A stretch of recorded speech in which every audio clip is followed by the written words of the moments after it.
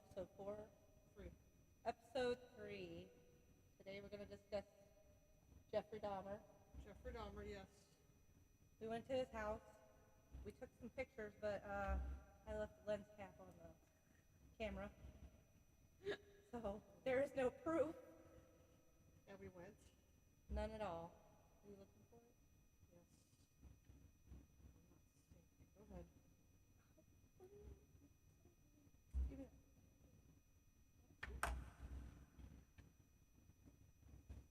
It's okay that we don't have proof. It's all right on that. Oh, yeah. that. The one that doesn't write? That's funny. Sure.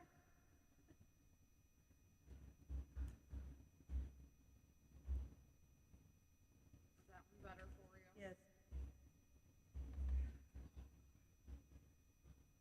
17, right?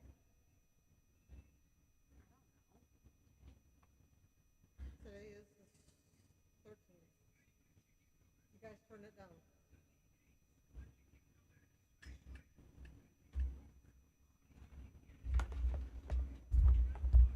And now look. You guys have a seat. Chair has 17, yes. 17. Okay, so there were 17 victims in total, 2 at his family's house where we visited today, in Akron, Ohio, which is also named Bath, Ohio, or for references, it's either one.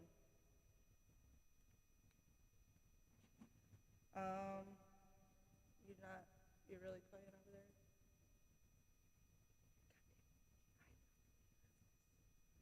I thought I was going to be able to pull it up on here for some reason. I'm not able to. Pull what up? He mainly went for different races other than white Caucasians because it was easier in that time to get away with that since he was a white male, more privileges.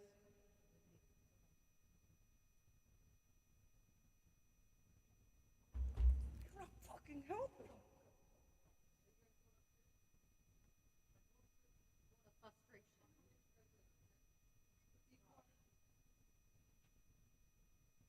That's why we were supposed to write things down before we started this. Yeah, I know. I'm sorry.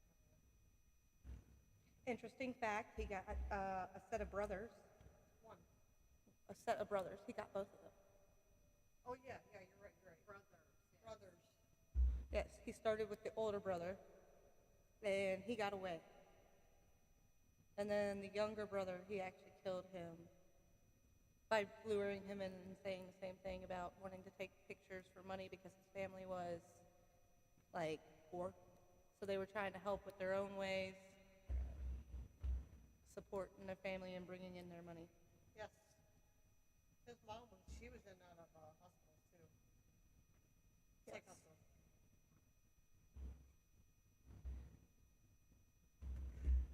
That's where you get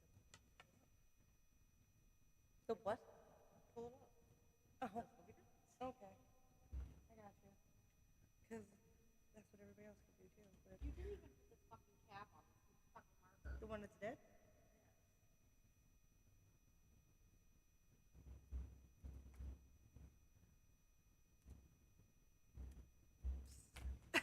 Ow!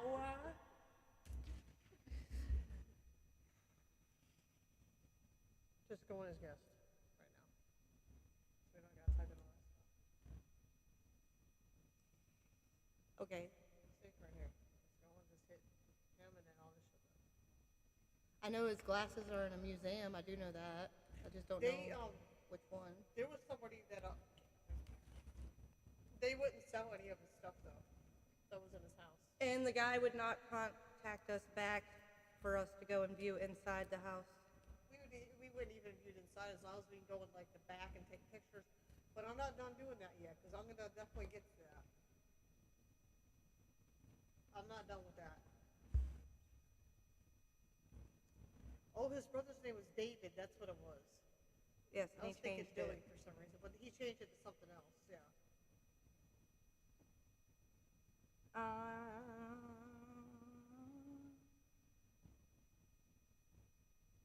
Got it? I did pull it up. I'm gonna see where his glasses are.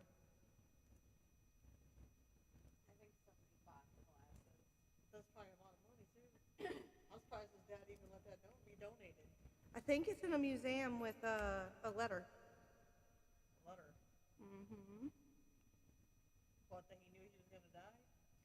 Where are Jeffrey Dahmer's glasses located? It would be at the highlight of the Vancouver, Canada-based cult collectible store, which would also sell Dahmer's personal Bible and flatware. This would be the second pair of Dahmer's glasses the shop has sold. So they already sold them. Somebody bought them. I want a pair of Dahmer glasses. Can you imagine you coming to work with Dahmer glasses on? Yeah, they're like this big. Yeah, like that. Cover your whole fucking face. You know, there was people dressing up as Dahmer for Halloween. They sold for $150,000. He was called the Milwaukee Monster. I wonder if he drank Milwaukee's best. Kind of curiosity. We'll look up what kind of beer he drank. I wanted to say Budweiser, but I don't Old Milwaukee. I could see Dahmer being an old Milwaukee person. So it was Lionel, Joyce, David, and Jeffrey. They won't disclose that his brother changed his name to you, His fifth grade class picture is worth $3,500. He only drank Budweiser. Really? See, I told you. Well, back in them days, there wasn't much choices. It was Milwaukee's old best. Budweiser. Old style. Yep. Oh, the English. Oh.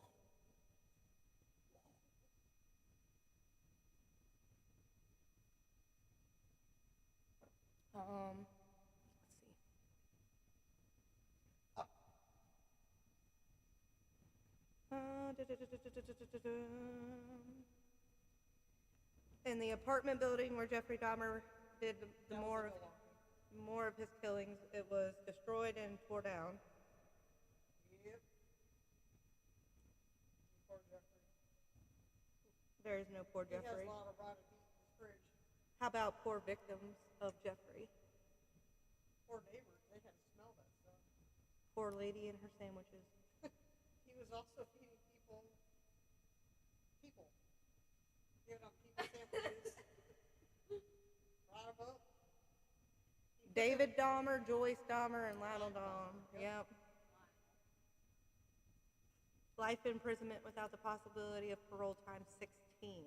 Total of 941 years in prison.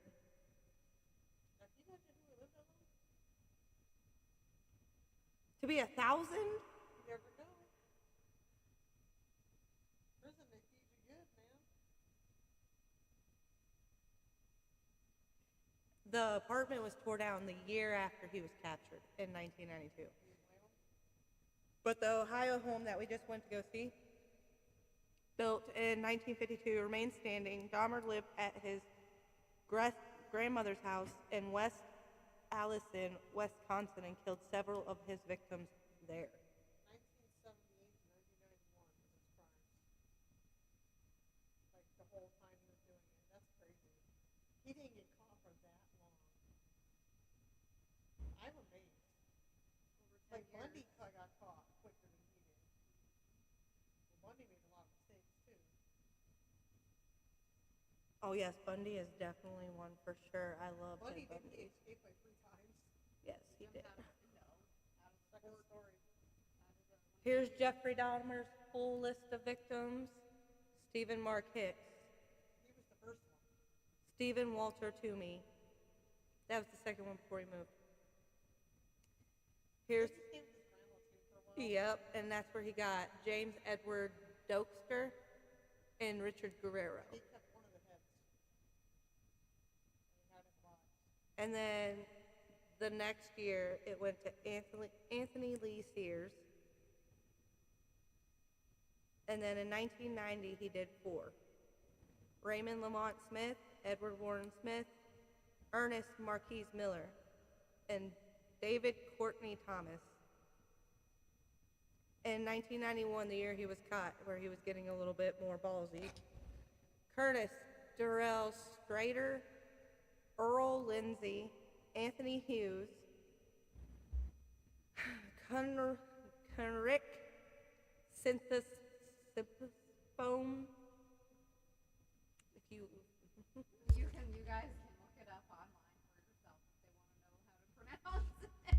That is true.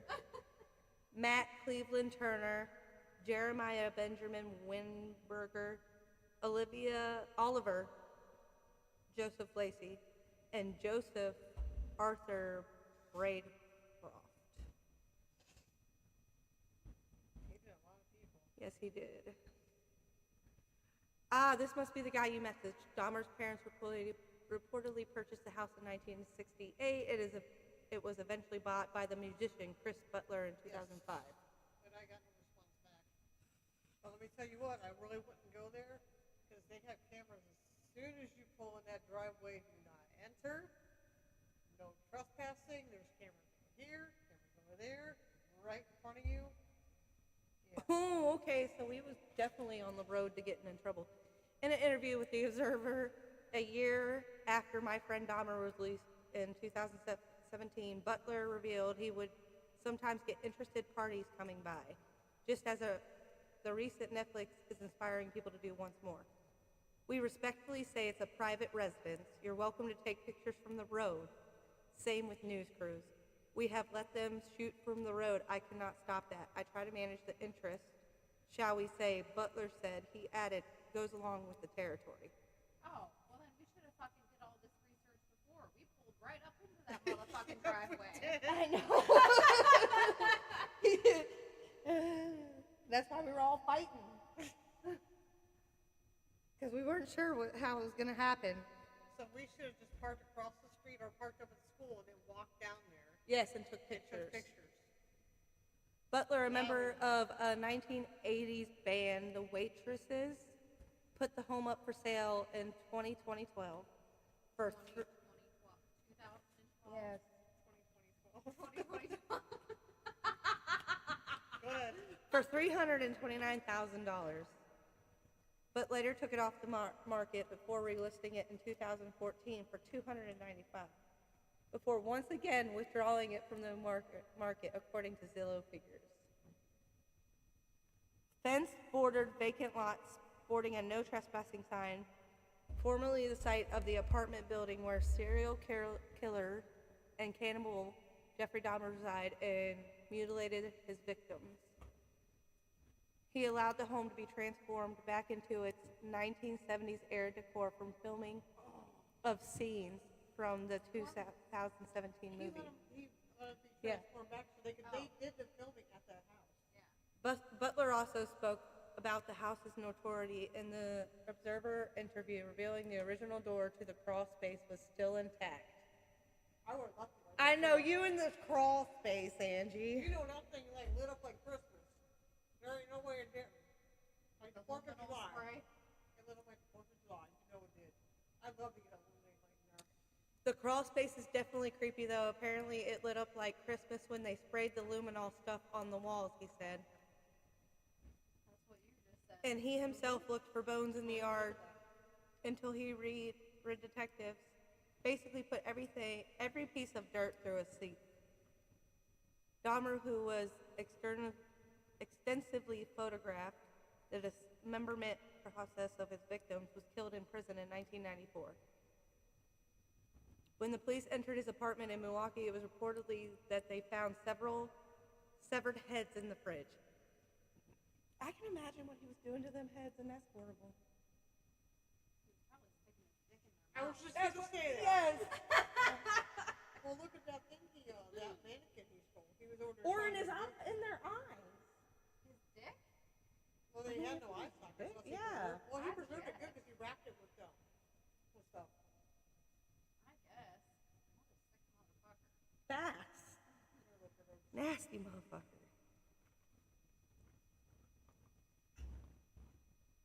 We found out today that Life Jennings met Jeffrey Dahmer in jail.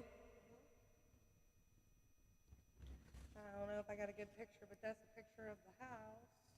Boop. That's the best I got for you. Look it up online. I took a picture, but I don't know where the lunch happened. There goes the beer. Can I have some paper towels? You'll look it up. He sure is. He can't fit though. Well, now we're even, Andy. I spilled some beer, you spilled One of some you Pepsi. heifers is going to move up a little bit because I'm going to piss my because I don't want to be like right in front of the shit. Now you're right in there. the shit. No, I mean like I don't want to be like directly in front of the shit. I can squeeze through. Hold on. Sorry. We got you. No, I am getting a little tipsy. I'd rather fall on you than the That's true. And then we'd have to edit that part out. Who said? That might be good. They might like watching us fall.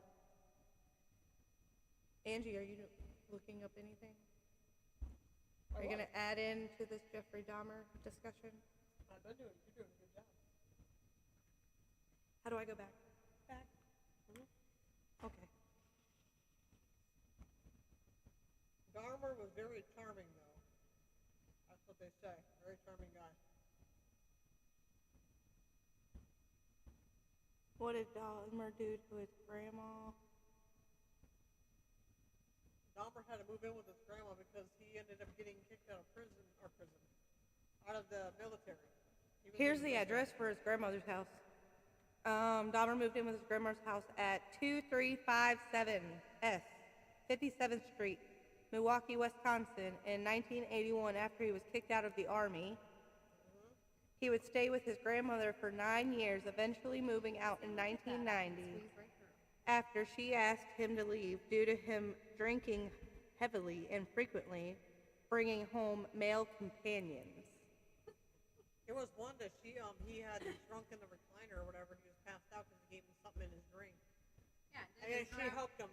Yeah, his grandma told him. Well, not told She him, helped but him got sober out. up, gave him some tea and Yeah, coffee and stuff. Yeah, and had him go. He was almost his next one at his grandma's house. Joyce gave him birth to Jeffrey on May 21st, 1960. Masters wrote in his book that Lionel and Joyce were enticed by him following the birth of their second child. David Lionel wrote in A Father's Story that Joyce was diagnosed with postpartum psychosis. I heard postpartum drive you crazy sometimes. It does. The trash. Right there. Well, behind that. I'm about to put your socks on my feet, though. I guess have my socks. My feet are cold. Postpartum is nothing to play with, that's for sure. Dahmer's dad know about It him? takes a Did while to Dahmer get out of abandon that. him? Dad really leave him? Did Dahmer's parents really leave him alone? Was Jeffrey Dahmer schizophrenic? They really don't know. Dahmer he was was seeing a psychiatrist or a psychologist at one point. Dahmer was actually diagnosed with borderline personality disorder, schizotypical personality disorder, and a psych disorder, but was found to be Tracy Edwards. legally sane at the time. Yeah. Who's Tracy Edwards? He met him too. Who's that? Give a fucking hole in the sock. I'll get you some socks and go back upstairs. Big old hole. Don't judge my Nike socks. You don't want my holy socks, then go find some other socks. Ow. Where's Jeffrey Dahmer buried? Dahmer not. does not His have a ashes were grave split between his parents. or gravesite. After his death, he was cremated with his ashes being divided amongst his parents. Yep. What was Jeffrey Dahmer's IQ? Pretty high. 145. No wonder he could kill people. He probably dreamt he was going to do it and it happened.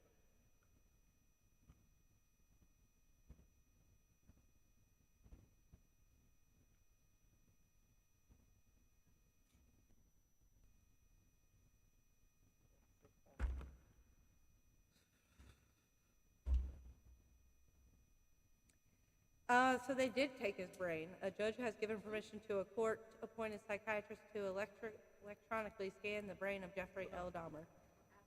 There you go. Now say it again.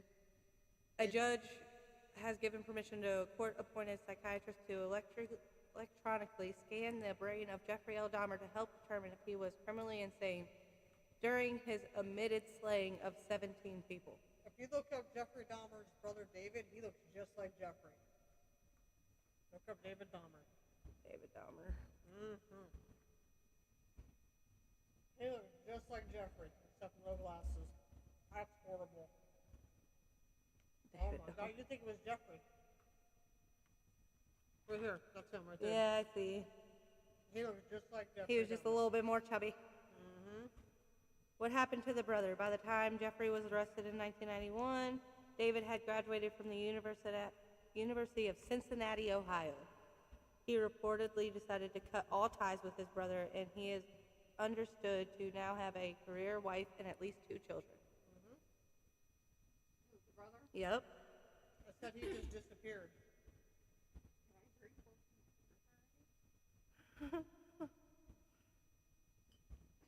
They did a custody battle for his brother too. Who should have custody? Of course they did. And Joyce was given custody, the mother. Of course Right, she she was. was. You know, a mother.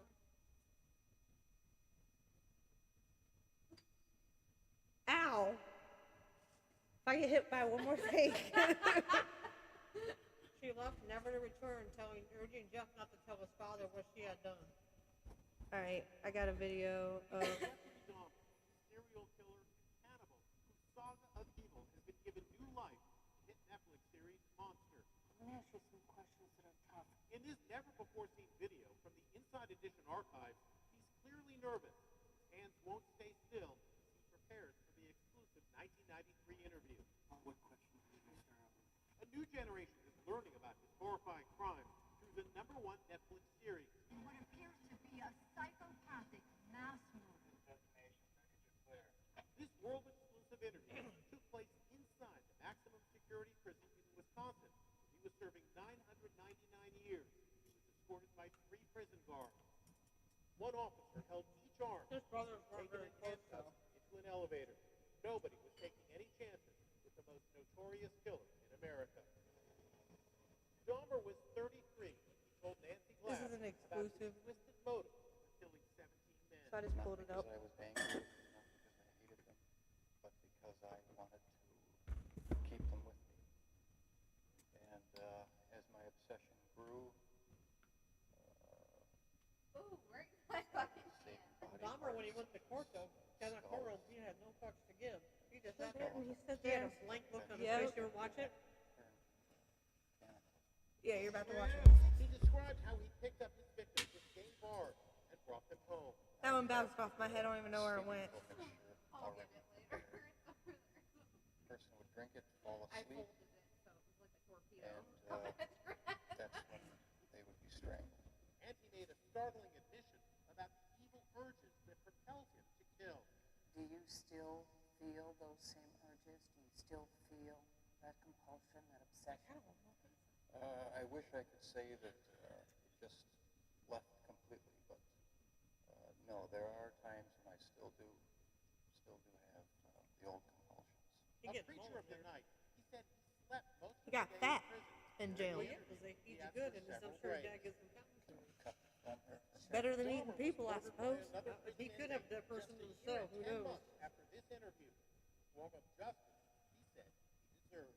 That's what I deserve. I deserve death. Well, So you there's remember that that. lady with her brother? I think it was that he got. Listen to her; she go crazy. Oh yes, I yes. got it on here. I'm trying to. Go ahead. I don't know where the volume's at. On here. Right here. Okay, where's? Oh, wait. And then I'll list off the movies of Dahmer.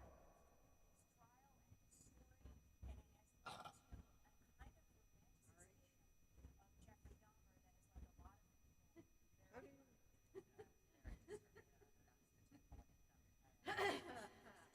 What are you looking for? Okay, here we go. Did you get it?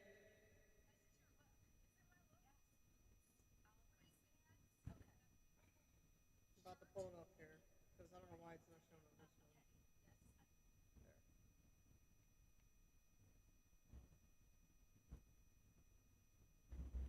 one. Okay, well, she looks for that. So the movies for Jeffrey Dahmer is Serial Killers, The Real Life, and that was in 2001. The Jeffrey Dahmer Files, and that's in 2012. Raising Jeffrey Dahmer, 2006. Zombies: A Living History. The Trial of Jeffrey Dahmer, and Faces of Evil. But there's also Death Scenes Before the Flood,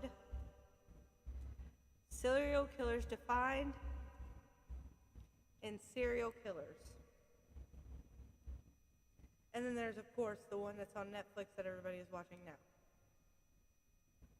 But once again, I feel like it should be more about the victims. I agree with that. It is a good show, but I think they should tell more of the victim stories. Because I'm sure the family would like that Okay. better. Listen to this lady, because she went into him. Okay, I'm listening. My name is Rita Isbell, and I'm the oldest sister of Errol Lindsay. Jim, whatever your name is, Nate, I'm mad. This is how you act when you are out of control. I don't want to ever see my mother have to go through this again. Never, Jeffrey. Jeffrey, I hate you, mother. I hate you. And he sits there with a plain look on his face. I'd show, but you won't be able to see it. But you can look it up, though. I'd be falling like a baby. I'd be mad too. No, I mean, like, if I was him, though. Like, he had to have had some kind of hurt, right? I mean, he loved his Straight. parents. I know, I've seen it. I'm just saying, though. I mean, Yeah. huh? More views if I let it run. Oh, but I was also going to add to what you said, though. I think the only person, like, in the new series that they really talked about, like, victim-wise, was the deaf kid. Right. Like, he had a big part in it, like, with his, family or whatever. Right, and they shouldn't have just did him. Like I said, the two brothers.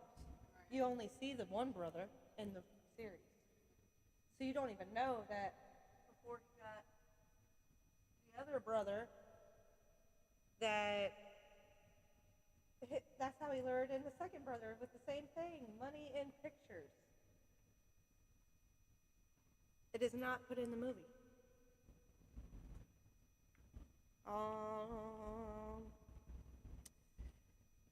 Monster, the Jeffrey Dahmer story. That's another one.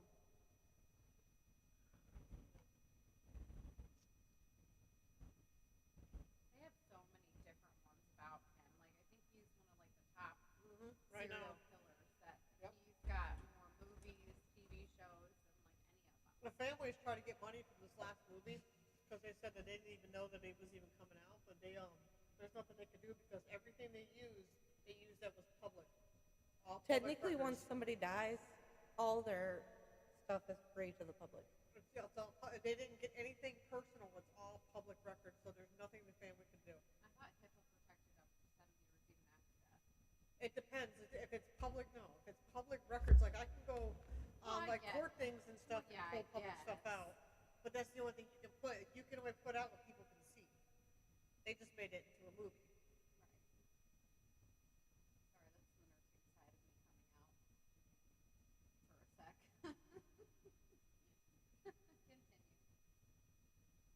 Continue. So he went from high school to the army, and then That's just because his dad made him go into the army it's because he was in trouble. all the time.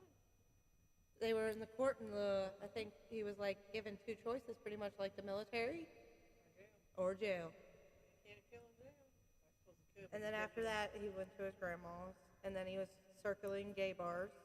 Yep. So my question He is, was always dipping in them drinks, though. is he confused? No, he's not confused. He knows what he wants. His sexuality? Because it wouldn't have been accepted back then.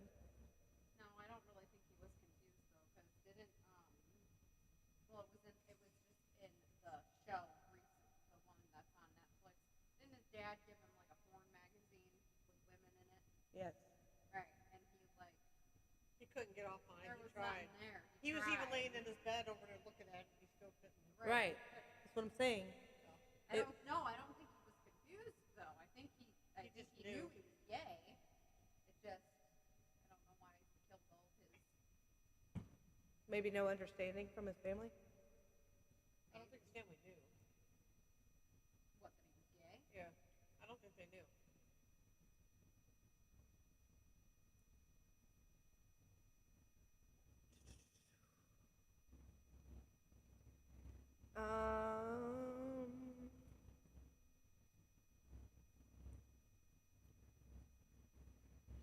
that it? Is that all we got for today? I suppose.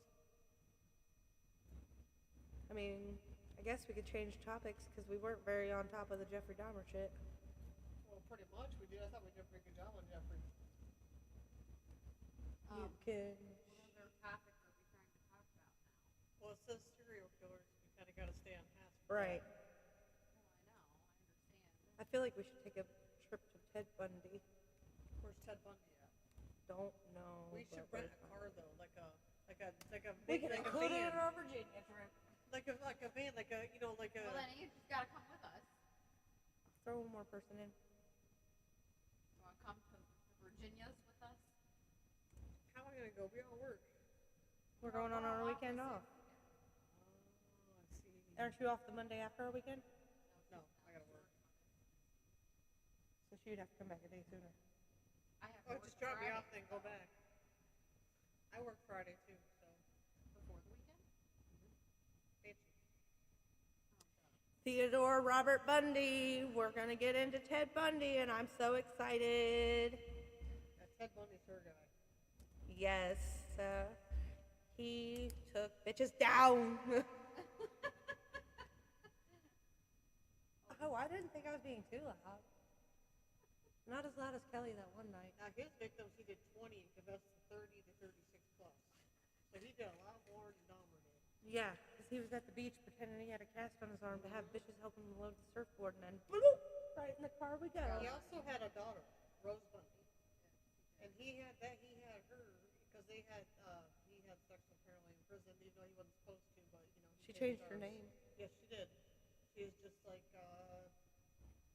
And I believe she lives in England. I did research Ted Bundy multiple times. What did his daughter say about him? Let's see. his daughter. Rose Bundy. Rose Bundy is a 41-year-old daughter of Ted Bundy, the notorious She's a few years younger than I am. notorious serial killer who has kidnapped, raped, and murdered over 30 women in America in the 70s and possibly 60s. Because of his infamous percentage. He said he wanted to. The reason why he killed was to dominate his victims. He enjoyed torturing them. And the final expression of power and control over his victims. Let's see where she is today. She has. Rose Bundy is 41-year-old, Ted Bundy, blah, blah, blah, 70s, possibly 60s because of an His mom's name is Eleanor Louise Cowell, and Johnny Culpepper is his dad. Some sources say that she might currently live in Oklahoma and has legally changed her His name. IQ was 136. What was Bundy? Or what was 145? Those dollars. And her name is Abigail Griffin. She is the baby of Carol Boone, the one that was obsessed with him. When he had the whole girlfriend back in, what was it, Colorado? They said Bundy was doing disturbing behavior at an early age, too. Oh, like what? Murdering cats? Probably. I'm Ted Bundy. No, I'm Ted Bundy. Wow, her dad was That's the obsessive. highest IQ in the world. Huh. 225 to 230. Oh, here's a picture of Carol Boone and Ted Bundy. Yes, that was, yeah. Okay, so let's see. What did Ted Bundy's mom do to him? Bundy expressed a lifelong resentment towards his mother for never telling him about his real father and for leaving him to discover his true parentage for himself. Bundy occasionally exhibited disturbing behavior at an early age. Why? What's wrong with his daddy? Stephen Hawkins had an IQ of 400. He's not a serial killer, Angie. I know, but it just happened to show up on there when I put IQs. Stay on topic. All right, Sorry. Ted Bundy's father. It just showed up out of nowhere. Yes, he was smart. Charles Manson's IQ was only 109. Johnny Clipper-Rip Bundy. What is it? Clipper Rip? Culpepper? Culpepper. Clipper rip.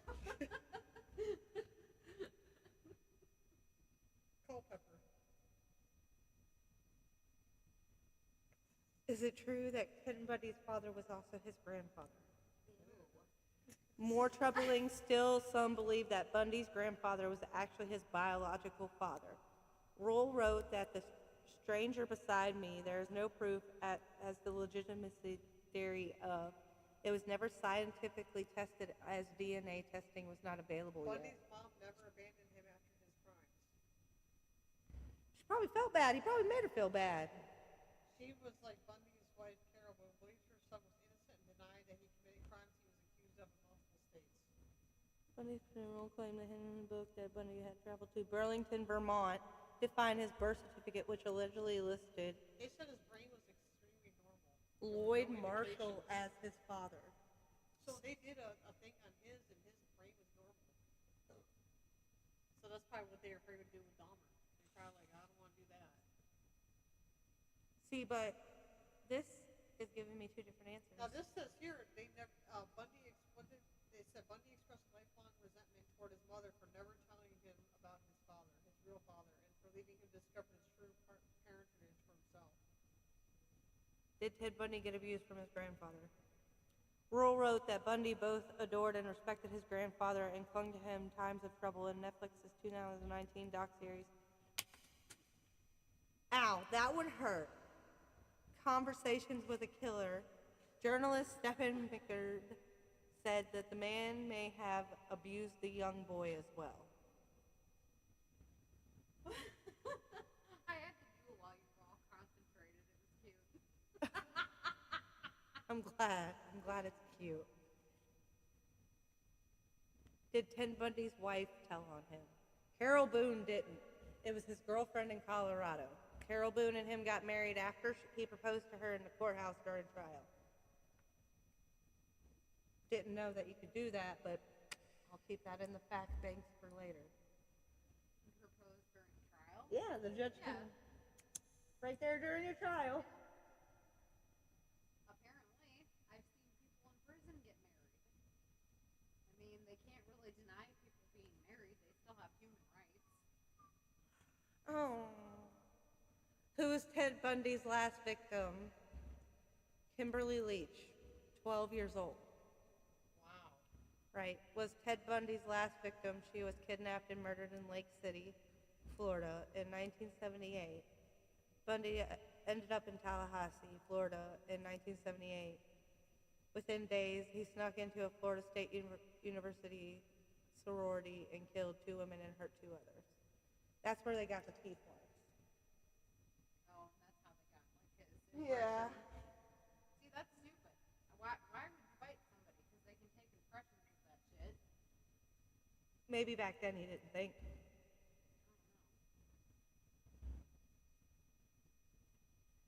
Did Ted Bundy kill his first victim when he was 14? I don't know, did he? Well, we're about to find out. Oh, she's young too. He also has movies out too. Go ahead and list them off for him. I like the one with Zac Efron. Serial killers, Strange, vile, and memories, horribly wicked, or Hunting something like Ted that. Bundy, The Killing of America, Every Young Man's Battle, Serial Killers. Yes, with Zac Efron. And Serial Killers also has Jeffrey Dahmer in it if you want to get 2 for 1. Murder, No Apparent, Programming the Nation, Pornography Addictive.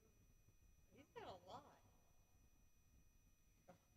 Did she say pornography? Because somebody probably made a porno with Ted Bundy. It's the Pornography Addictive. But this one is did Ted Bundy kill his first victim when he was 14? Police not ruling him out in the Tacoma cold case. Ted Bundy confessed to murdering 30 women in 1970s when he was about 30 years old, but it could have all started when he was a teenager in Tacoma. Tacoma Wash. The Ted Bundy was executed in an electric chair, blah, blah, blah. It is 30 women, but they've always thought there was more.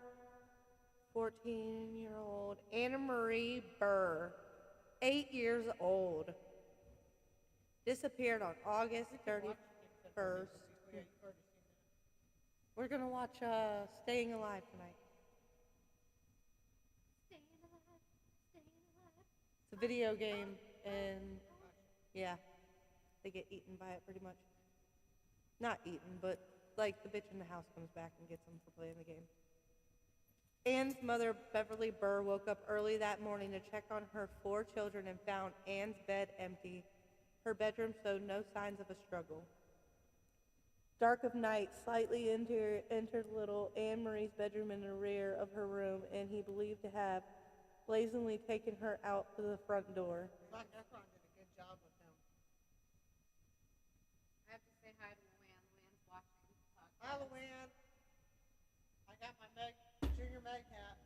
She's on there watching it. Hold on. Let me make my one and only appearance. She's right here. Appearance. This lady here. Lady.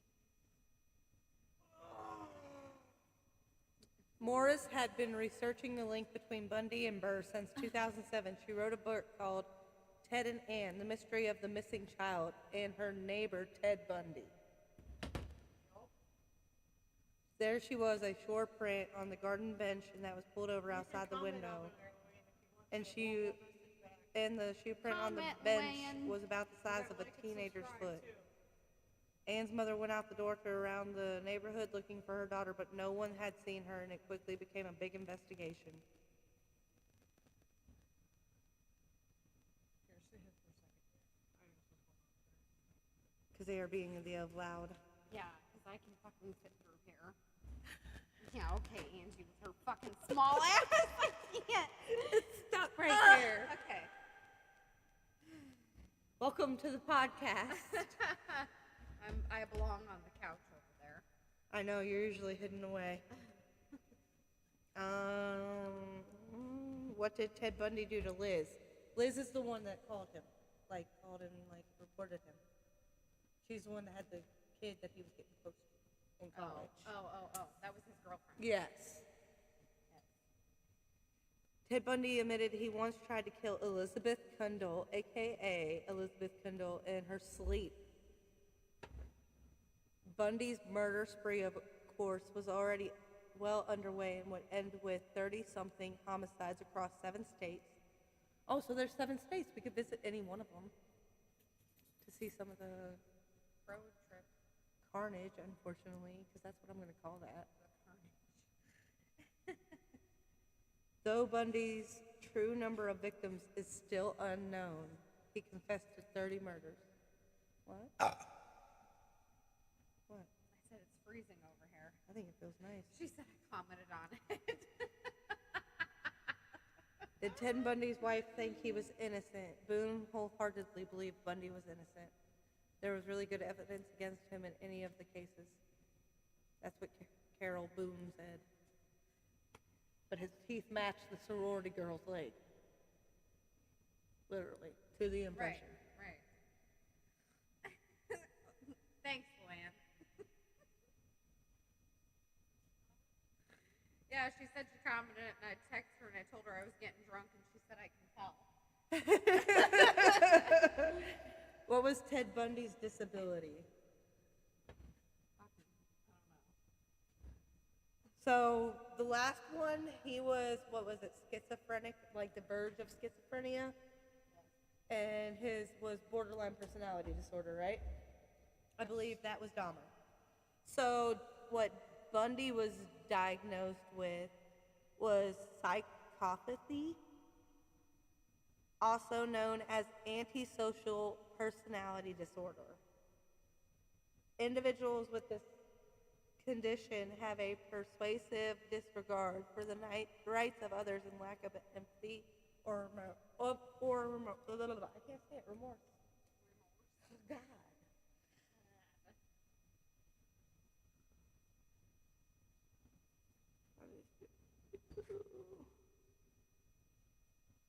He died. Put away dead money, short answer no. As far as reports go, Liz never visited a former on death row. Luann commented on it and said, hey. She said she's going to bed, though. I don't go to bed yet. You got plenty of time to sleep. You don't need that many hours, remember? I think she's off tomorrow, too. I gotta work. Ted Bundy did not give his real name at first, but then told police he would identify himself if they let him make a phone call, which police granted. The person Bundy called was Elizabeth Kundell, who has already seen the news reports about the Florida murders when the phone rang. And she is the one that reported him. She is the one that got him caught from Colorado. So by the time he already made it to Florida, she already knew what he was doing. And that's why you see in the show where she's not trying to answer his phone calls, because she had a guilty conscience about calling on him in the first His place. Volkswagen is in a museum. Say Bonnie and Clyde's. That was another good one. Ooh, Texas Chainsaw Massacre, man.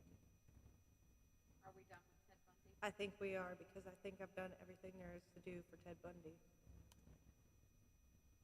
Texas Chainsaw? Yep. Okay, so I know the Texas Chainsaw was based on like true events, but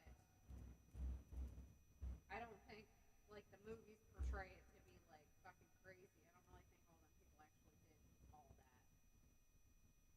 1974. Let's see what it says. Where is the house in the 1974 Texas Chainsaw Massacre? During the filming, the Victoria-era farmhouse was located at 1010 King Court in Kingsland, Texas. The location is now known as Hooper's and a homage to Tube Hooper himself. The Hooper's Bar is located within the Antlers Inn Resort, originally a railroad inn.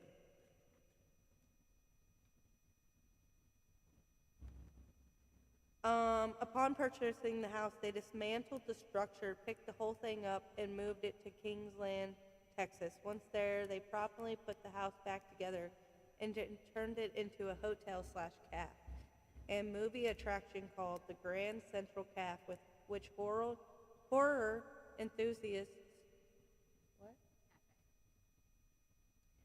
around the world all known to travel to see. You're like in a calf.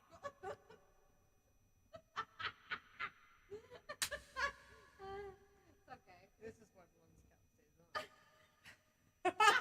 Listen here. Y'all threw that fucking camera at me. Who's y'all? Okay. Angie threw, loud. Angie threw the camera at me, and I did not know she didn't. Most people, when they look at a camera, when you look at your camera, you gotta make sure, when I look at my camera, I'm doing this, I make sure I can see what's going on, so I snap what I wanna see. You see all black, and you're like, yep, this is a good picture right here. You're like snap, snap, snap, snap. The camera probably seen all these flashes like this going on. Don't worry, we didn't get no pictures of your house. No, I can give you a picture, but it'd be dark. We took it in the dark, there you go. You can visit the original Texas Chainsaw Massacre house. But I want to know more about the murders. Texas Chainsaw Massacre murder. What is that? What? The specific case of the Texas Chainsaw Massacre provides support for this argument. 3 men So, it's are loud, killed it's in a volume. quick fashion, but one I don't woman think is they do other stuff on there, brutally but we should slaughtered, hung on a meat hook, and the surviving woman endures physical and mental torture. That was for the movie. Yeah, I was gonna say I don't think that Okay. everything was- A total of 85 people are supposedly killed, according to these. Hold on. What's that? What happened? It pauses it. Oh. According to these body count lists, despite the high amount of deaths, and Leatherface being the central killer, he is only responsible for about 31 of the deaths in the entire series. See, I feel like that's still talking about the true story behind Texas Chainsaw Massacre. It's even creepier than you think. News chasing my films friend Fisher coming to the I broke Netflix my freaking today. seal. Feels like the looking back. There's one down here, right? Like Murder Delightful. You've seen the film. What should your interests include being emotionally traumatized?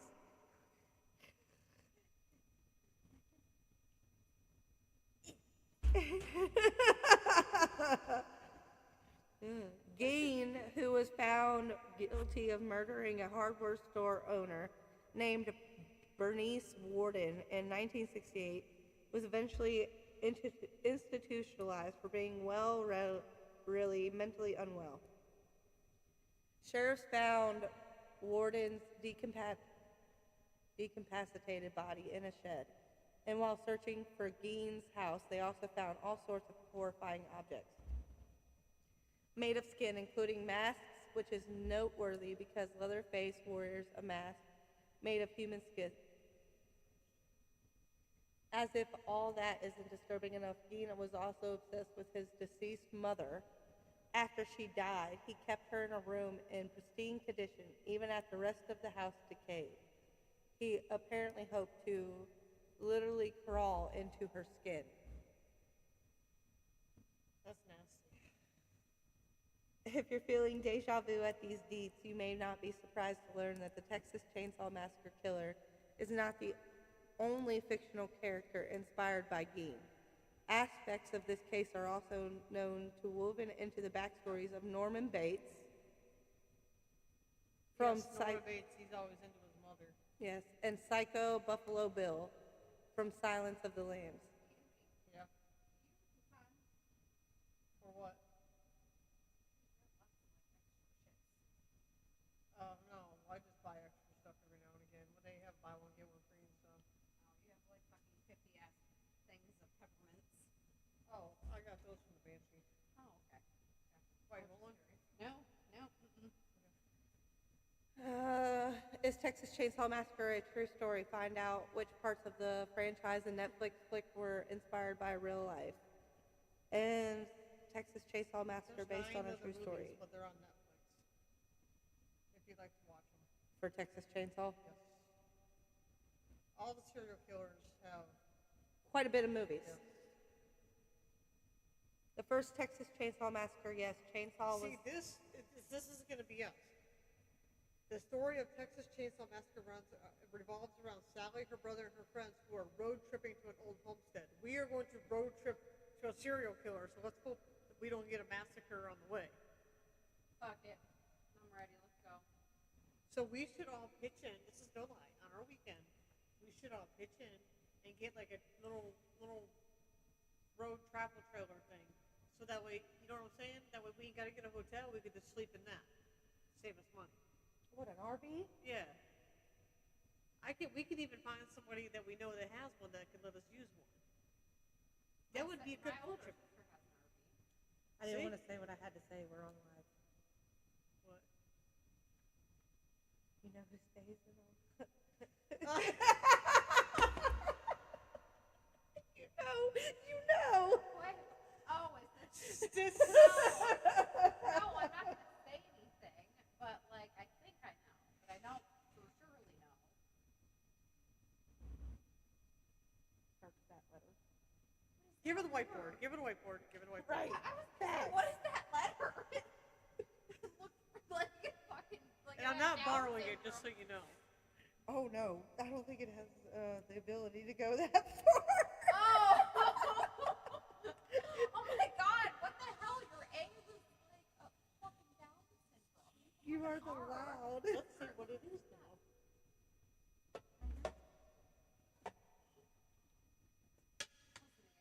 You want us to come over and podcast? It and I might go get over to the drunk, gas and I- station. You never know. If it even, I don't know if they have pull it or what. I don't know. Shit. I might as well just fucking get a U-Haul at that point.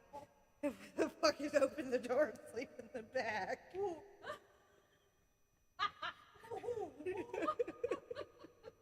I even to swallow. So Oh, you didn't swallow, huh? Are you gonna spit? that's cannibalism. How's that fun?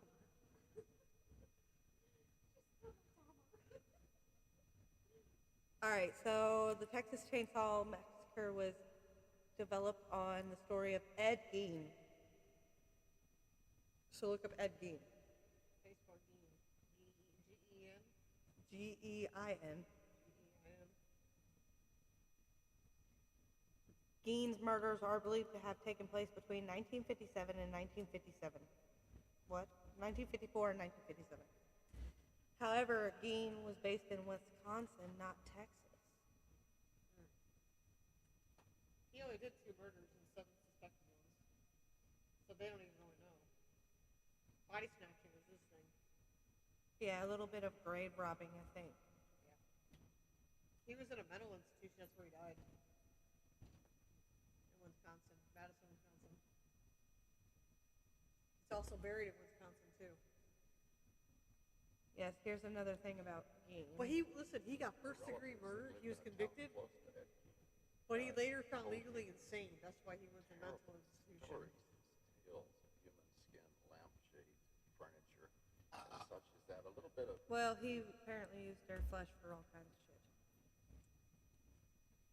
I know this is your guys' like serial killer podcast, but it's also podcast / Nicole Perfect. Sorry. He's skinning bodies of his perverse goal of recreating his mother. Yes, and he had her in a room But this perfectly is- pristine. His murders, including Norman Bates and Buffalo Bill. No, they are just like I know, that's what I'm saying. His skinning of the bodies. Norman Bates and Buffalo Bill. Norman Bates, that's a TV show. Bates Motel. Is based off of him.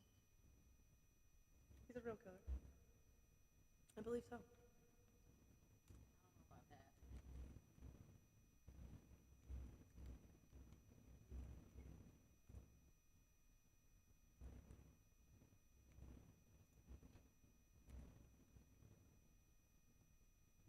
Norman Bates.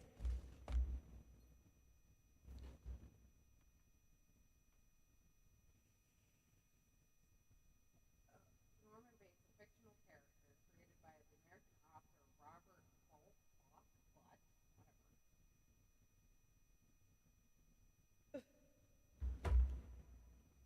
Yeah, fictional means not real, correct? Yes. Yeah, no, that's not real. Hims is a fictional character. You want to sit in for me so I can go pee? You got to. Somebody got to do something Yeah, here. somebody has to sit right here. Why? I got to sit out here because I always got to keep telling them to be quiet. Yeah. Fuck. You better move it in, Angie.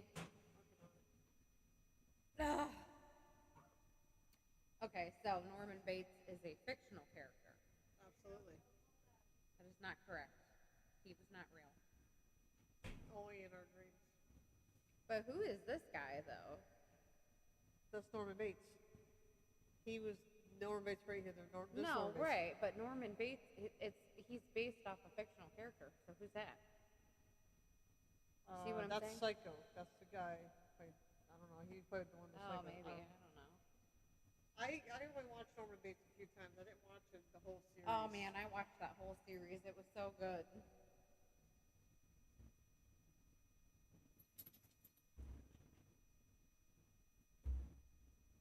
Now there's another one, Eileen Warhol. Eileen, right? Eileen. She was the first female serial killer. Now, they made a movie out of her.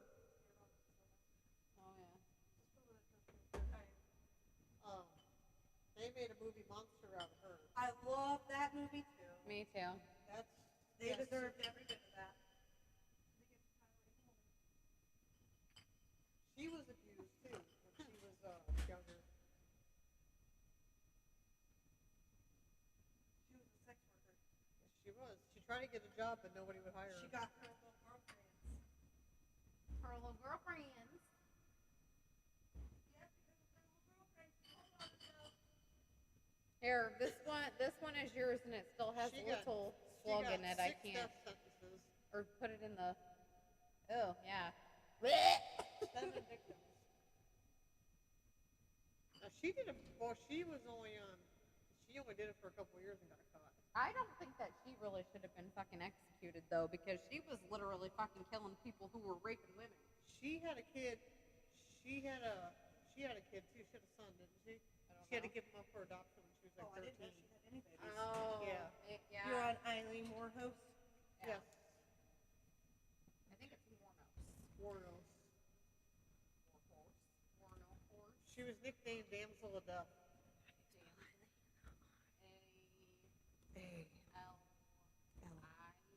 AILEN. I was getting there. Year of death 2002. I spelled alien. A-I-L-E-N. Oh, that's where I fucked up. Yeah, there's E. No, I put I. I put L-I instead of I-L.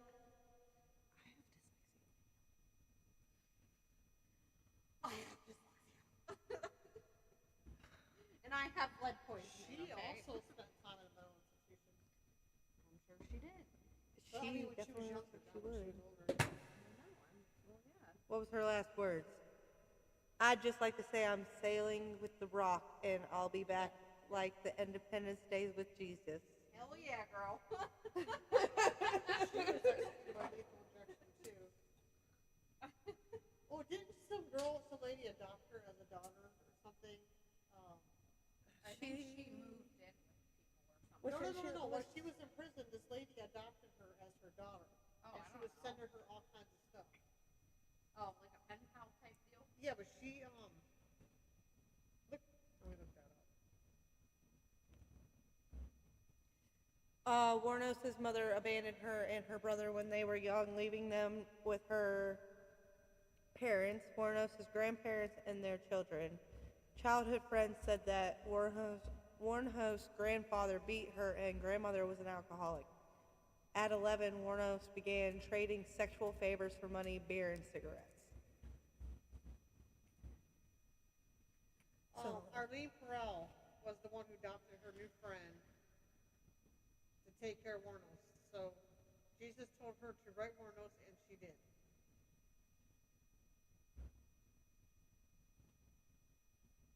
So when she died, she got her ashes. The hell was that? Had to be a kid. This is why we don't have children. Viewers may walk away from the film seeing Eileen Warhos as a sympathetic individual rather than a cold-blooded serial killer. Their sympathy may be based on the fact that she never had a chance in life, never was granted an opportunity for fulfillment, and never received treatment for her traumatic experiences. I mean, have you seen pictures of the woman? She's a little crazy looking. I know. The Yeah. teeth are all like... Yeah, they're all like, I'm sorry for laughing, God. no, it's great. I'm just saying though. I think she really did have some kind of like mental whatever.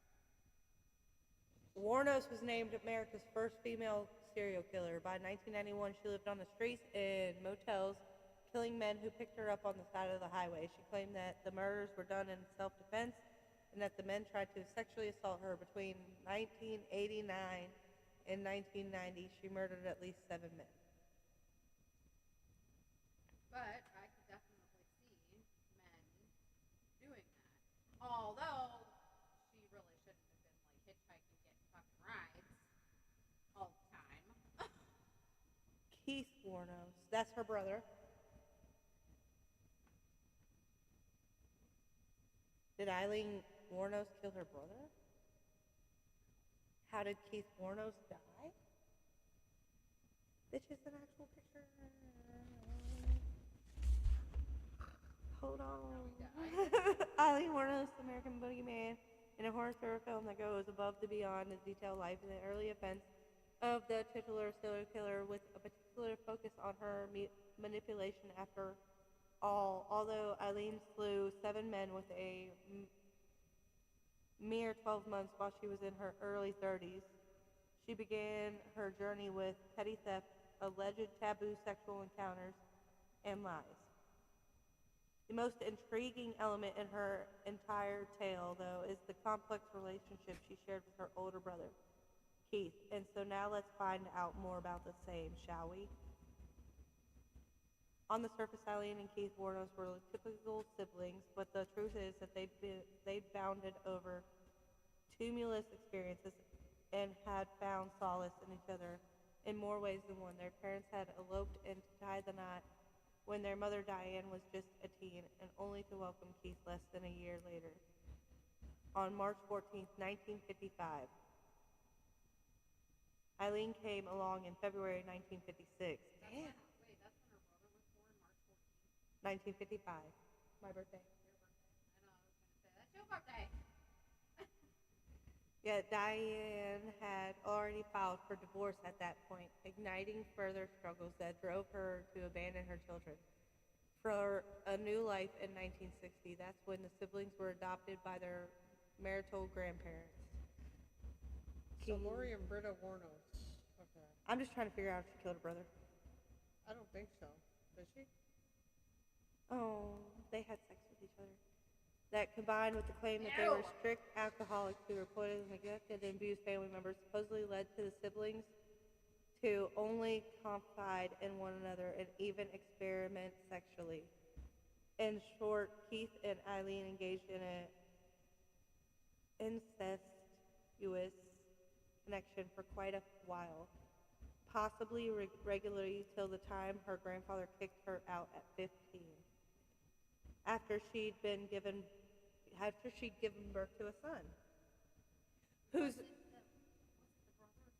whom's apparently named Keith. It was the brother's baby. Okay. Because of the apparent name, many assumed that Eileen's brother was the father of the child, given up for adoption, but in reality, she'd been raped and impregnated by a friend or her grandfather. That's probably what they said. As the years passed, both Keith and his sister grew up while remaining in touch, yet sadly, the former soon got diagnosed with, he had cancer, which is, depicted in the movie. However, unlike what Eileen Warhost's American Boogeyman profiles, soon to be the serial killer did not murder her brother in a pink flamingo motel room because of blackmail from his side in 1976. So he died from cancer. He died in Michigan.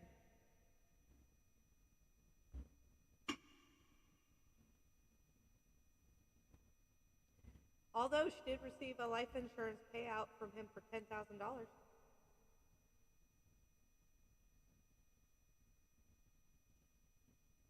Oh wait, hold on, wait a minute.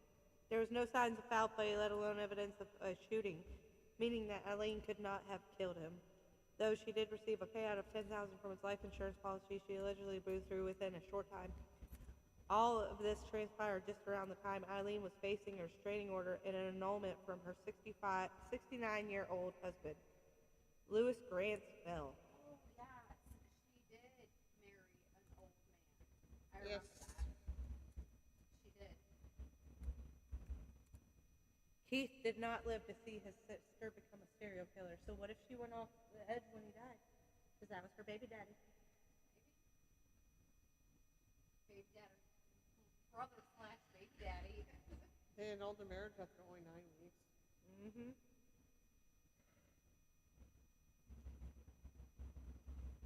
What, her and the old dude? She couldn't have held out for him to die and get 100,000.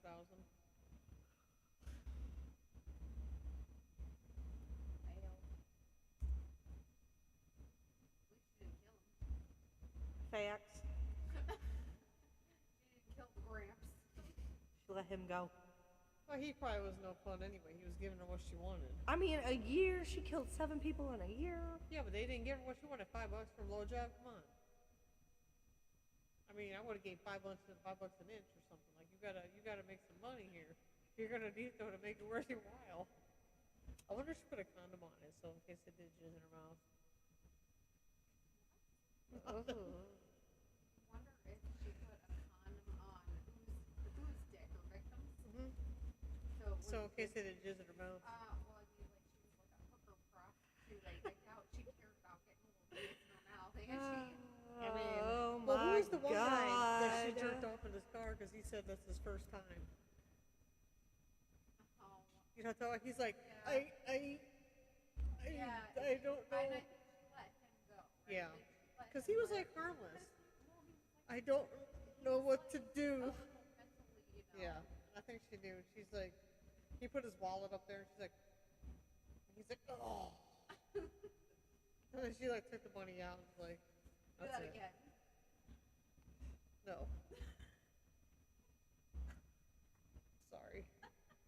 Bryson himself.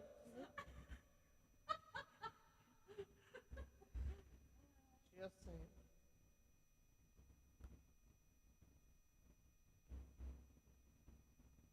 All right, well, I'm moving on to this dude named Anthony Swall. He was a serial killer in Cleveland. Okay. Oh, he did a lot of girls. And then there's going to be some people on here that you probably never heard of. You got him? Yep, him. He had 11 to 14. We are close to Cleveland, so the Cleveland abduction house, they just tore it down, though. Yes, they did. And then, what's her name that still does the news in Cleveland? She does Yeah. the missing girls. Amanda Berry. Amanda Berry. If it wasn't for that little girl, if him leaving that open, and then that little girl or somebody get out. They broke through the door. Yeah.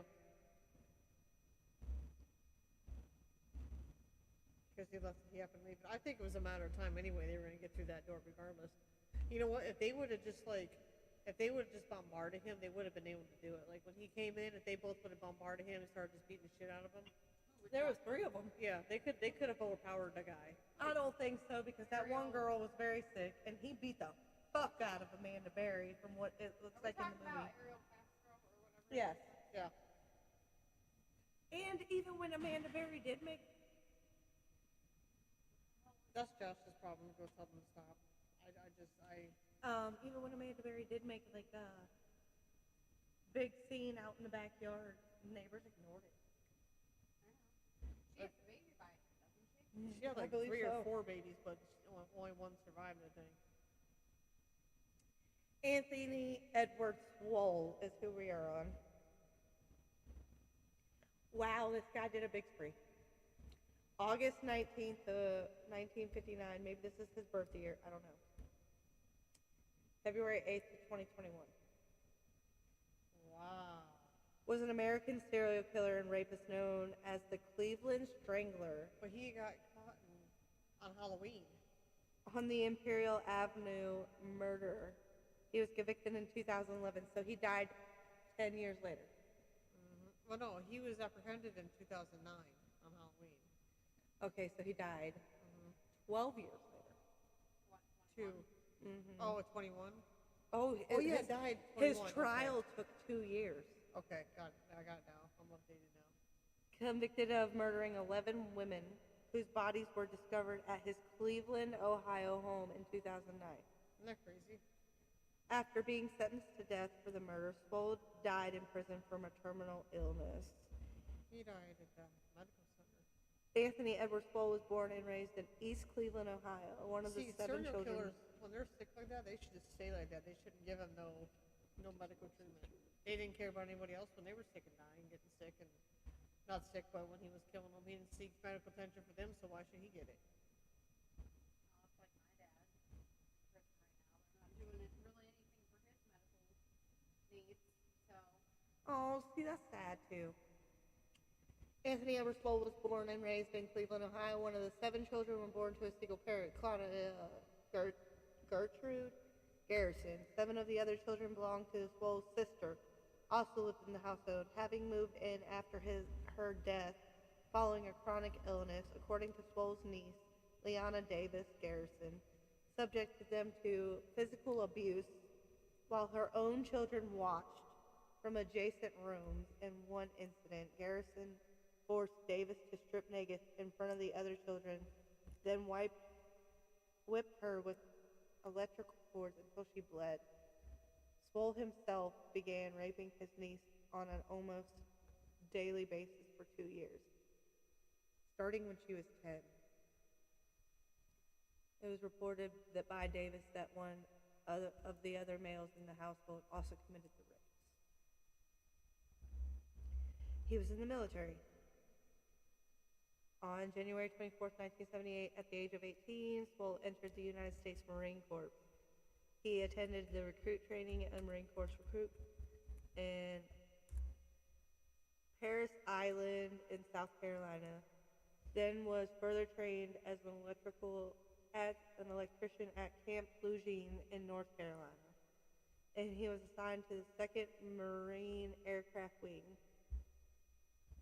Okay, and Pendleton. Okay, here's one of his attacks.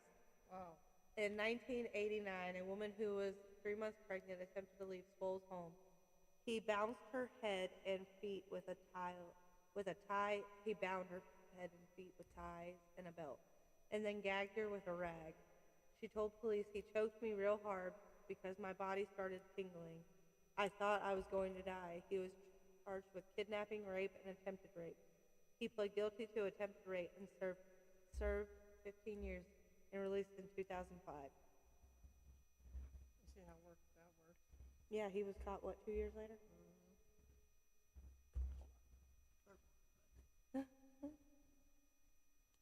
Lori Frazier, a niece of Cleveland Mayor Frank G. Jackson, began a relationship with Sproul shortly after his release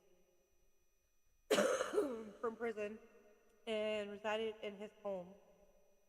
She said she could smell decaying bodies, and she was told that the smell was coming from Sproul's stepmother when she moved out.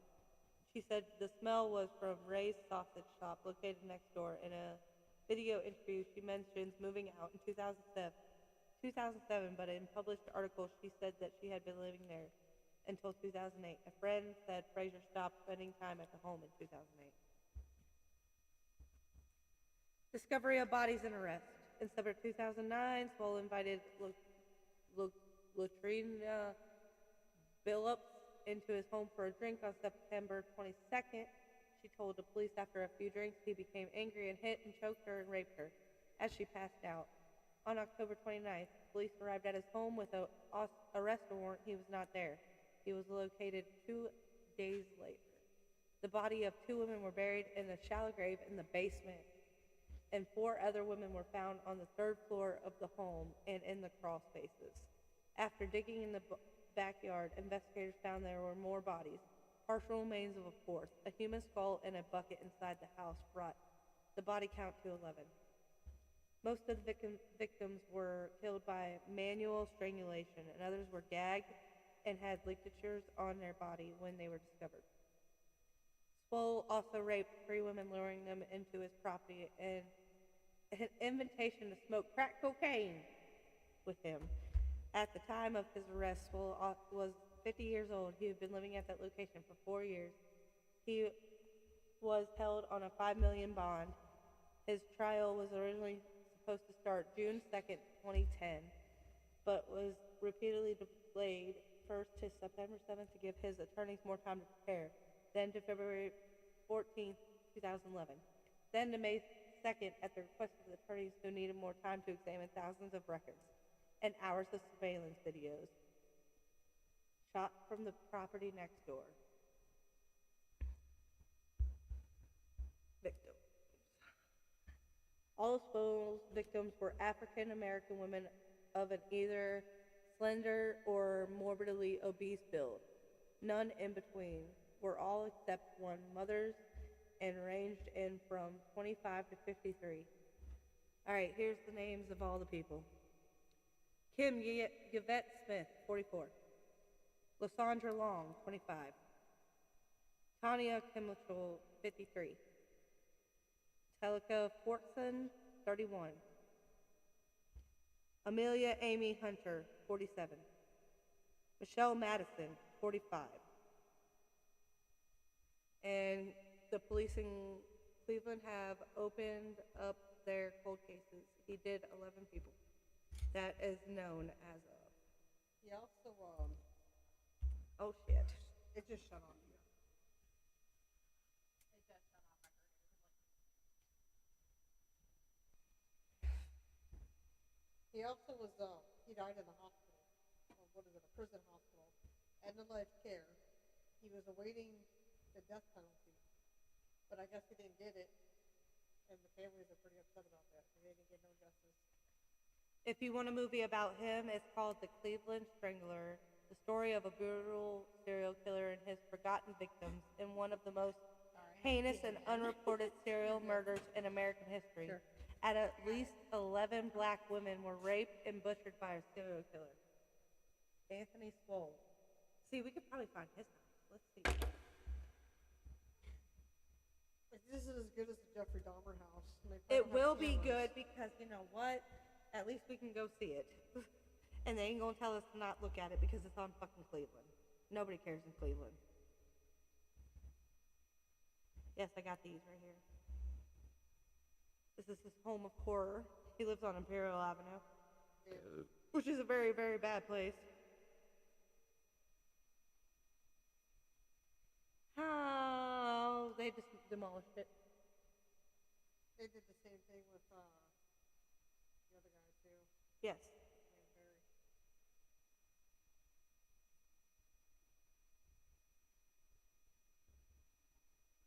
Somebody got in there though right before they demolished it. What they All expect right. to So, find? what did they find? What were they expecting to find? I don't know, but there's a picture of the bed that he raped the girls on. Right. I'm surprised they didn't take it and put it in plastic. He had a clawfoot bathtub. Those Oh, are those nice. are heavy. You ain't They gonna be able to get demolished that it. I know, but those are nice. Okay, so let's see who the other serial killers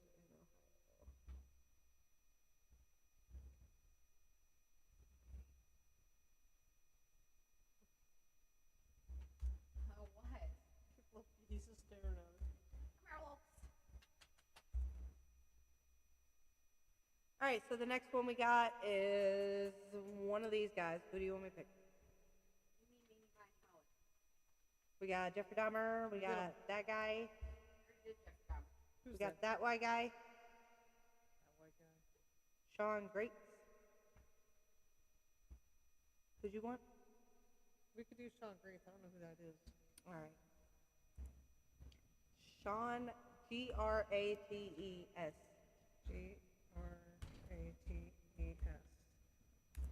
And I shall go to his page.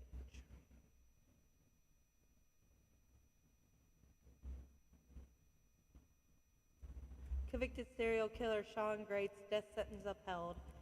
Ashland, the Ohio Supreme Court, on Thursday unanimously affirmed the conviction and death sentence for Sean Grates in the murder of 2 women in Ashland County. He had 5 victims. Yep, Great, who murdered at least 5 women in He was 47. 3 Ohio counties, was convicted in Born 2018. Ohio. He had 3 kids. Is he still incarcerated? I believe he is. I thought you said he died. You want to meet us here? We can write him. I can get him on JPay. I mean, good. Isn't that how people found Jeffrey Dahmer? Did they just start fucking writing him in prison? Well, no, they didn't have JPay back then. No, they did start writing him in prison. JPay is a little easier because you can't, like, you don't have to send your address or nothing. You just send No, messages yeah, back you and could forth. send a message, right? That's the one good thing about that. He killed Stacy Stanley, 43, Elizabeth Griffith, 29. See, if those people were still in prison, I would definitely message them back and forth just because. Listen, I went to school. Listen, it's not super off topic. I went to, he was a little bit younger than me, but you guys probably remember, like, what happened. I think her name was, this happened in Ashtabula County. I can't remember her name. You can jump up on there. You were not supposed to be on that couch, Red Oaks. That's why.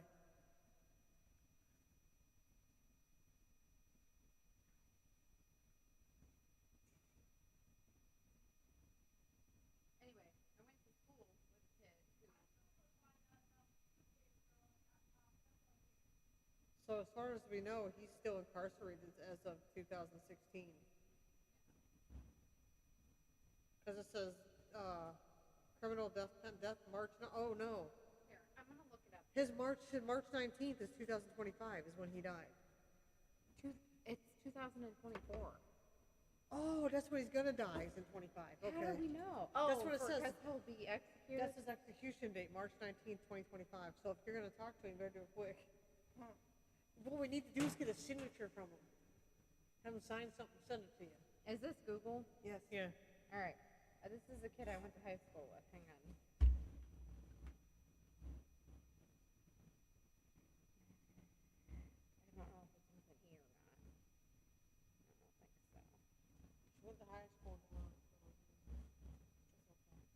was younger than me, bitch. So you're older, you should be able to spell. Yeah, but I don't know. Right here. He doesn't know him very well. Right What's he there. know? You guys can talk about that. That's local. Oh, is he released from prison? Yeah. What's the name? Ryan McBride. Why does that sound familiar? Because he went to Lakeside. Here. See.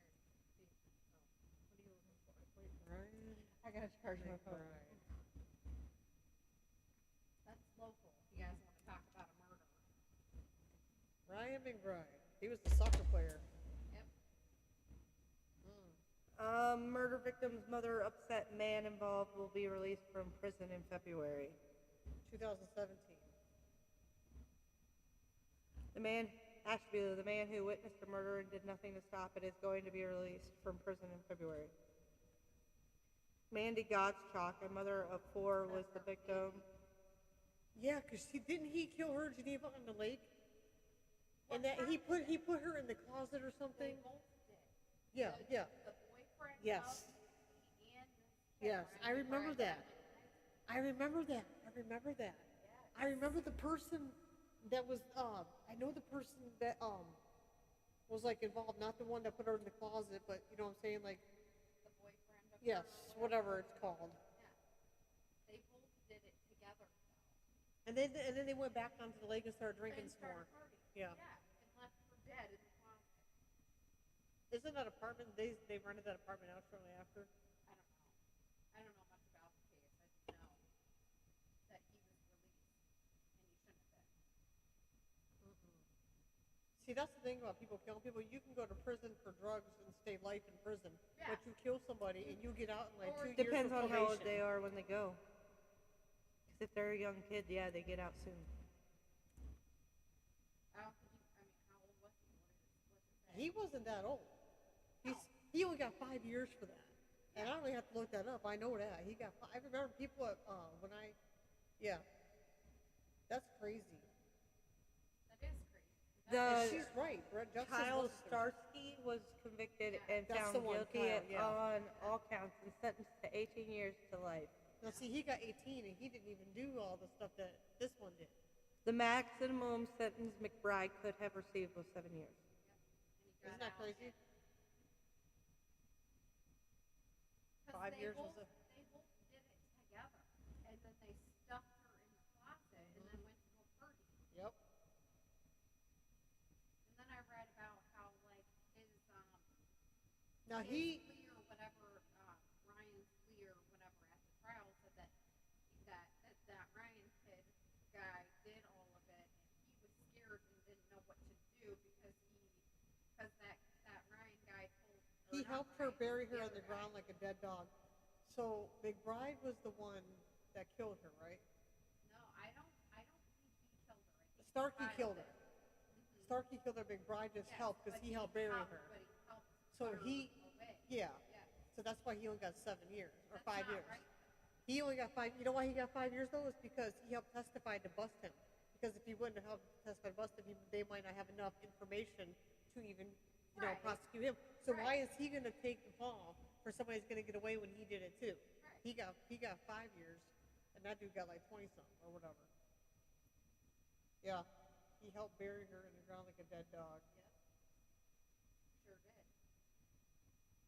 But they didn't need a plea bargaining agreement with McBride. I went to high school with that Ryan McBride kid.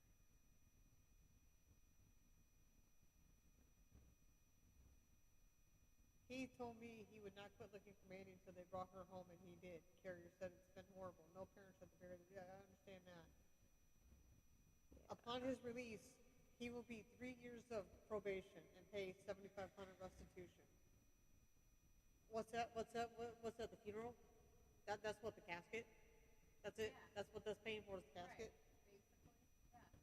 Yeah. McBride received 588 days for count time in jail. That's crazy. Like he should have served just as much time because He he should've, instead of him, if he would have left and called the police, he wouldn't be in that situation. No. But he helped transport her, bury Yes. her. He was the Yes. same thing. So he should He was an accomplice to the whole thing. he he should get the same amount. It's just like killing, isn't that in Ohio? If you kill somebody and you help, it's just like killing them. And yeah. I agree. When I That's- heard all that, and then when he was released, I was like, wow. When did he? Oh, he got released in February. Yeah, Yeah, he's out. February 2020. That's when he got out. Was There's February 2020. doggies.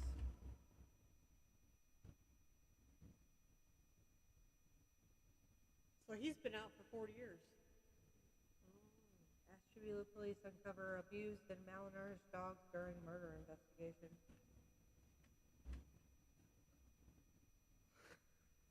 He got 18 years. The other one, because he, That Kyle Starkey. yeah.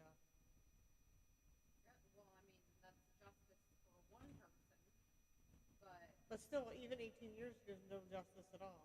You know what I'm saying? not really. Because in 18 years, that's going to go by quick. And then, okay, so what? He spent 18 years in prison. Oh, this is that RV shooting that just happened. So there was 2 abused and malnourished dogs there. What were the names? I that don't. did it? I have the names of the people who got shot. Well, actually, I only have one name. No, who was the ones? I don't have them. Oh, because somebody said there was like an Olivia Peters or here something it that is. got. Here's one person. A 24-year-old man was arrested in Kingsville. I don't see a name though. Vincent Ballard, 24. There was a whole bunch of them. There was like a whole bunch of people that got. There's no blue. Take custody of the illegals. Take animals. Yeah, that's it. That's all I got. Crazy. Tearson.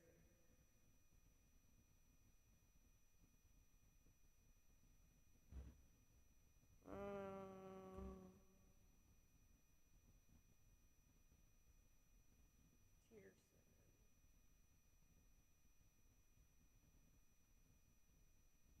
That was convicted on that.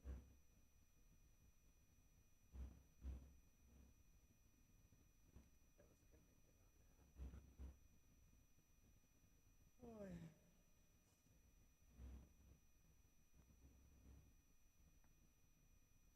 A brutal murder unsolved in September 19th, 2006. William Sweeney and Darlene Vag of Asheville have long lists of suspects in their sister murder.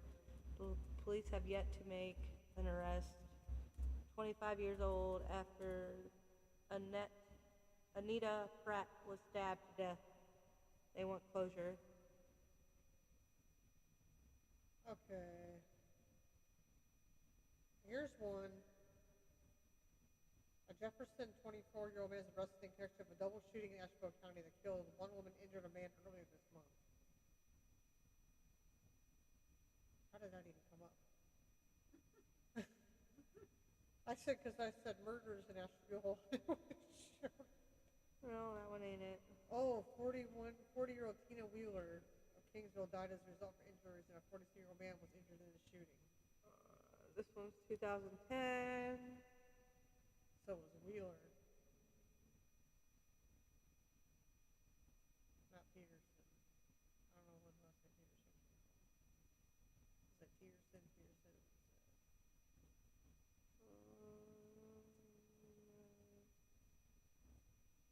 Yeah, that's the Asheville train. That's crazy. Like, what is going on?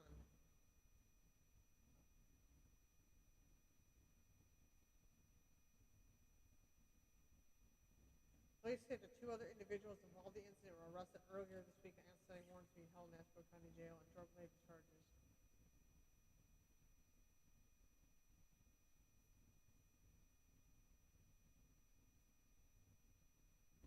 That's crazy.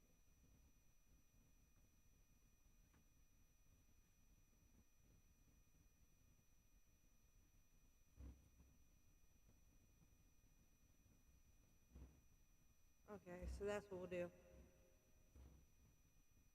I'll put it like that. Cold cases, Ashtabula, Ohio. Ashtabula area cold cases. There's Chapon Bird, age 16, cause of death, gunshot.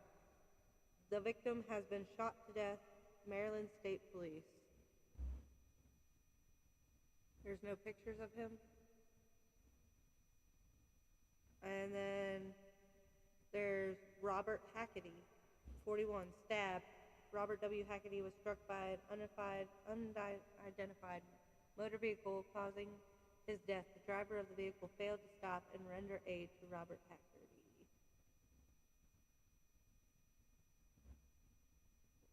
What is it doing, Maryland?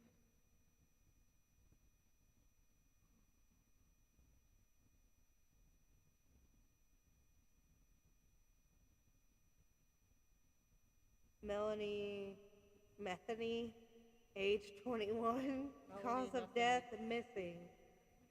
Info, missing person. Samuel Reiser, age 60, cause of death homicide. Info, foul play suspected. Cleveland, Ohio, County Sheriff. It actually says Kewanna, but I don't know how to say that.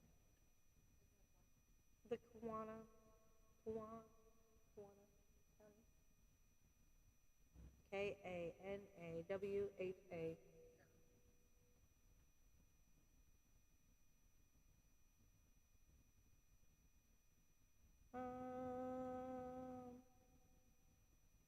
Deshaun Howard, age 24, cause of death, murder.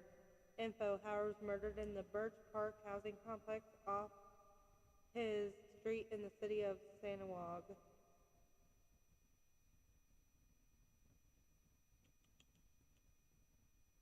I don't see none for Ashtabula. I could put Cleveland, Ohio. Probably better. Cases in Cleveland.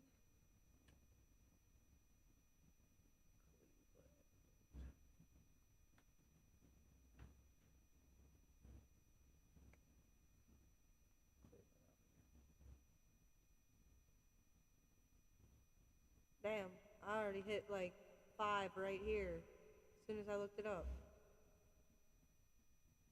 Just in Unsolved. Ashtabula alone, there's like, I don't even know how many murders. It's crazy.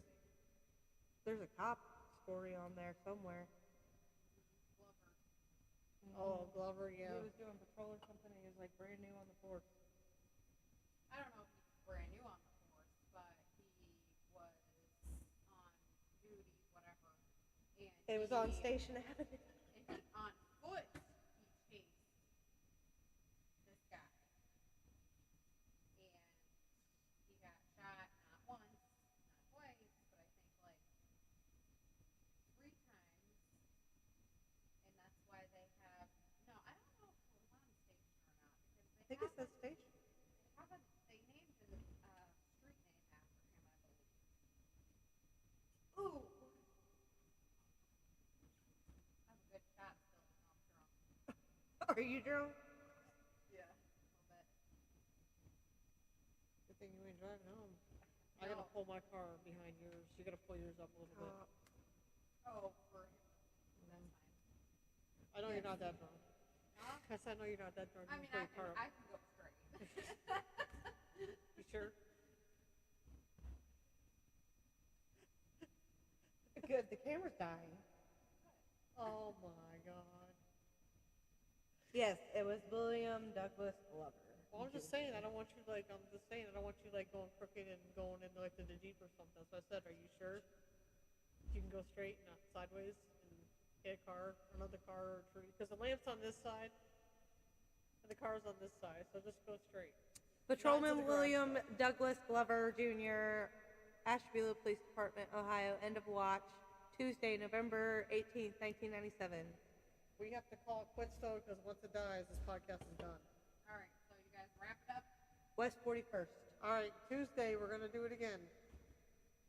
Check. Tuesday the Mr. Fair will 15th. throw me backwards. Talk to you guys later.